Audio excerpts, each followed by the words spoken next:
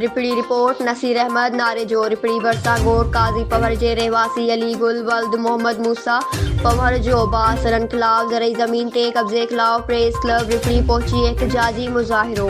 खबर मूजिब रिपड़ी जे रहवासी अली गुल वल्द मोहम्मद मूसा पवर प्रेस क्लब रिपड़ी पहुंची एहतजाजी मुज़ाहिरो कंदे चयो आहे त मुंहिंजे वालिद जी कच्चे में 7 जरेब ज़रई ज़मीन हुई जिथे मुंहिंजे वालिद कुछ वक्त अॻु ॻोठ काज़ी पवर जे रहवासी मोहम्मद सालेह वल्द कादिर बख्श पवर खे 1 जरेब कड़मत ते ॾिनी हुई, पर मुंहिंजे वालिद जी वफ़ात खां पोइ उन ज़मीन ते कब्ज़ो करे छॾियो आहे। दाहण ते मूंखे मौतमार धमकियूं ॾेई रहिया आहिनि। काफ़ी दफ़ा चङनि मुड़सनि ऐं आला अमलदारनि खे दाहण बावजूद को बि तदारक न थियो थिए, जॾहिं त ज़मीन जो खातो बि असांजे वालिद जे नाले आहे, पर हू ज़बरदस्ती कब्ज़ो कयूं वेठा आहिनि।